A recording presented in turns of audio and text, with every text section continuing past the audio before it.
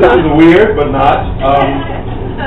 I will say that there is no place that I'd rather be tonight than here. I hope that tonight is really about celebrating the entirety of the life that is and will always be Aaliyah. And it took me a while before I realized, going through some of my vintage BET stuff, that my history with Aaliyah started the day she started. Because many of you who know her story remember that she got introduced to the world with R. Kelly on a show called Video Soul on BET. Some of you may not have been here yet. No! But in 1994, she walked her 14-year-old self onto the set of BET's Video Soul with R. Kelly, and they wore matching green plaid shirts and hats.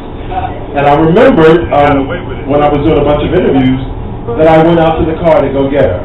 So I met Aaliyah fresh out of the limousine. She was the sweetest young person I had ever met, because sometimes you meet precocious young kids like who shouldn't be working at 14, 15, 16. You want to smack them upside the head because they're just not right, and their parents shouldn't have unleashed them. And she was well-mannered and sweet and funny, and that's who she always was. Every time she made an appearance at anything BET, she was always sweet, almost overly so compared to other celebrities. She always seemed to know everybody's name. She always seemed to stop to take pictures, and she always seemed to stop to say hello to everybody. So it's no accident or incident, I think, that she has sweet fans like you who know one another and who travel from around the world. I don't know why, except by grace and faith, I got picked to go to Miami and then to the Bahamas to do the access granted for Rock the Boat. Generally, the show had become so popular that they put producers in a rotating pool, and each of us got to do shows even though I was its creator. But as many of you know, the Tuesday before she left to go to Miami, she was on 106 in Park. And she came into the green room. 106! Sorry. I went to 106 today and we did a tribute. So he said 106. Say 106. 106. Y'all just left him hanging and stuff. That was really mean of you. So now on, if anybody says something, you should repeat it loudly so that they don't look. Aaliyah! See how that works? Sound like we in Frankfurt. Okay, see, that's how that works. And so I met her, went into the green room because, literally a secret, many of you all know that she was dating Damon Dash at the time. The press knew it, and everybody was after footage to confirm it. And so I was taking a camera behind the scenes, and they were sure that I was going to get some footage of Damon and Aaliyah so that I could confirm this not yet confirmed relationship. So she slipped into the green room and said, "Oh, so you're the producer who's coming to do." She said, "We need a sign or something so that we could have us a code so that anytime he made his way anywhere near the set, camera went off." And so in my own funny way, I said, "How about this? Let's just do that. Everybody do that." This was Aaliyah. So this was our little code. Boom. Shut it down. Oh my God. Yo, did you see the back of the planet? No, don't my eyes. You can't get on your nerves. Don't scream at it. Just shut it down. And then some of her pictures, she always did this. So we agreed upon that, and it was a couple of really good laughs. And then Thursday morning, got on the plane to Miami.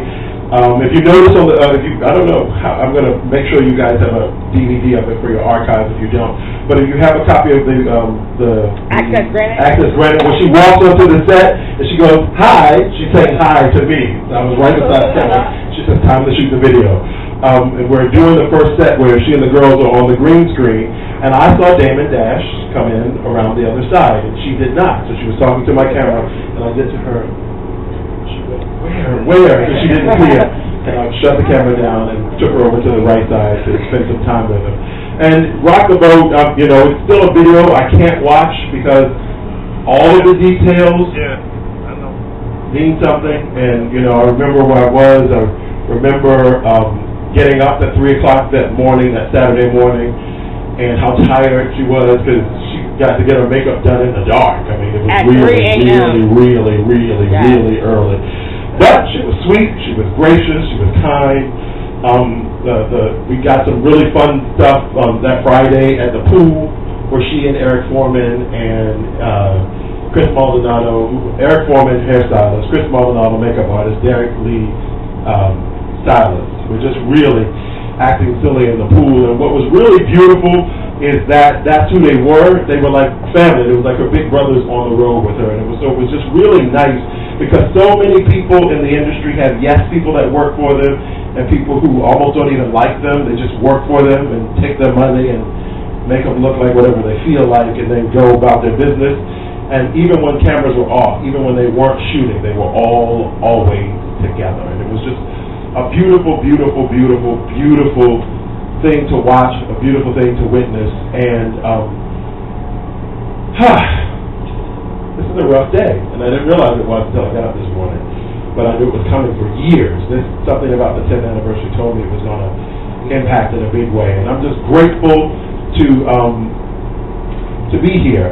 Star, would you bring me that bag? I know that as fans, because people have things in their archives all the time, and I know as fans that dropped it at that people have things. I see magazine covers all over the place and stuff, and I was going through my personal collection to see what I could give to the group, just for you guys to keep in your archives, whoever keeps what. And 106 & Park has become such an iconic show that, and such beautiful moments have happened, such huge moments. Bobby Brown and Whitney Houston have surprised us on the show before. AJ did a lap dance for Janet Jackson one time. It's just been such a part of the lexicon of who we are, that we have our own photographer over 106 & Park. So on Tuesday, August 21st, Ronnie Wright took this picture of Aaliyah on her last appearance on 106 & Park. And it's beautiful. It's so beautiful. Then I wanted you guys to have it. Keep it somewhere special. Do something very sweet with it. Give it to somebody who matters. I don't know. That's up to you guys, but I wanted you to have it. I'm more than willing to take questions. I'm a preacher. I can talk all day, and I don't intend to do that. So they asked me if I'd take questions, but surely I will. But take that. Now fight over it. Fight! But let's not let this day be heavy. But it's a beautiful day. You guys have come from far and near to celebrate one of the most beautiful people. Literally, I promise you, that is no TV PR. They don't even do it much. But one of the sweetest people I've ever met was Aaliyah Dana Hall. And why God needed that angel we'll never know. Up there, we will never know, but we don't need to know. What we do know is that there's an angel we know by name. So when you're stuck and don't know what to do, just speak her name. Oprah Winfrey, when she did her Legends Ball, had a piece written called We Speak Your Names. And so before I finish the official part of my talk, I would just like to say Aaliyah Dana Hall. And when I say each name, say we speak your name, okay? So Aaliyah Dana Hall. We speak your name. Christopher Maldonado. We speak your name. Eric Foreman. We speak your name. Anthony Dodd. We speak your name. Gina Smith. We speak your name. Douglas Kratz. We speak your name. Scott Gallen. We speak your name. Keith Wallace. We speak your name. Did I miss anything? You missed the pilot.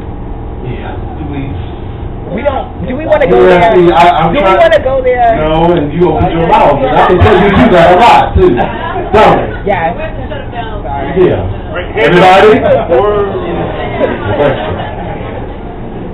So when we gather together from here on out, let's just always take a moment to speak all 8 names, because in the midst of it, all 8 of them loved her dearly. Scott Gallen will always be honored because he used his body to cover hers, hoping that it would somehow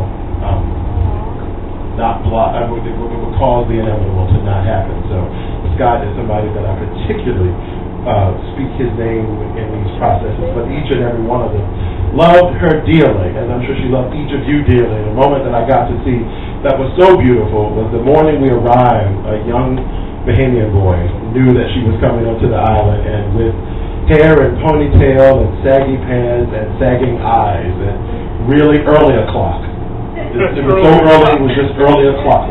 He was there at the airport, an airport that was very much this size, because he knew Aaliyah was coming. He had his camera and one of his favorite magazine covers, and just like a celebrity, unlike any other. She took a picture with him. She signed the magazine cover, and he said, my mom's not going to believe this. I don't know where the accent came from, but that's what it was. All right? And she said, well, call her. And so right there at early o'clock, she spoke to his mother while she was at work to verify that he had left school, why he had left school was valid, and that he had accomplished his goal. So that's the beautiful person that she is, was, and will always be. And I know that she swoops on these waters. Glad this evening that you guys have stopped by to say hello and to love on each other. And I hope you do this for years and decades and centuries to come, that your great-grandchildren will speak the name Aaliyah and smile. Thank you. Now what? If I have any questions, I know Chris is going to.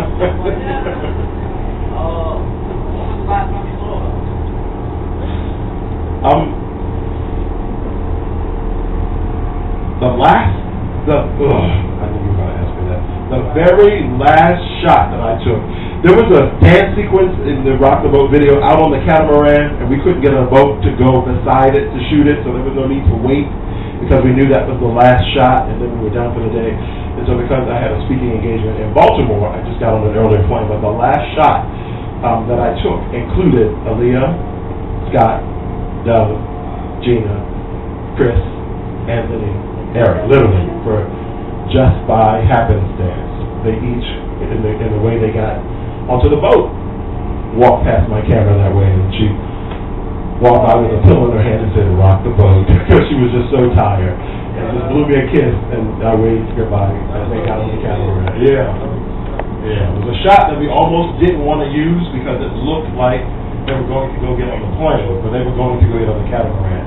But that, so it was, and unfortunately, I remember it was 1:14 Saturday, August 20th, 2001. Last conversation, last kiss, last everything. And you all don't need to know the details, but a horrible sequence of events after that, because by Saturday night, the crash had happened, and people couldn't believe it. So, of course, her publicist called, then my boss called, because I was supposed to be on that plane. And so getting me meant that the plane couldn't crash, but they didn't know I had gotten off the plane. Yeah.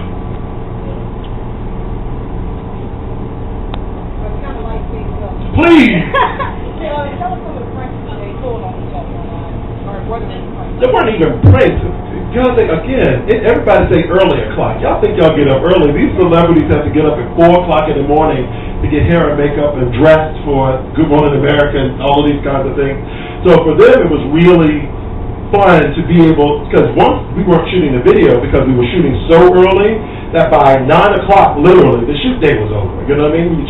We wanted sunrises. We needed the early morning tide coming in. So we were up at 3 shooting by 5:30. By 9, 10 o'clock, we had finished. So they were renting scooters and driving around Abaco. Aaliyah went and changed twice until her, because she got her yellow scooter. Yep. And she originally had on a blue bikini and did not match the scooter, so she had that yellow bikini. And that's why she said, look, it matches my scooter.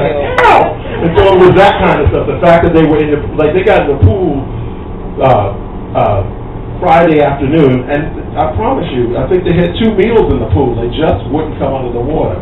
You know, they just took turns splashing one another and acting a plum fool. But it was fun to be around, you know. I mean, it wasn't even like, okay, we finished shooting, y'all go over there, we're over here. We all just hung out. I mean, first of all, because it wasn't that big, you know, the island. But secondly, because they were a lot of fun. It was just a fun group to be around. So, especially Eric Foreman. Eric Foreman was I didn't understand how anybody could have that much fun for no reason. You know, the wind blew, and it was a whole comedy sketch. Somebody go over the pool, and that was half an hour. And if everything got boring, he went inside and put a shirt on his head. Then Tina Turner for 20 minutes. It was a great, I mean, what will always be true is that their last day on earth was beautiful.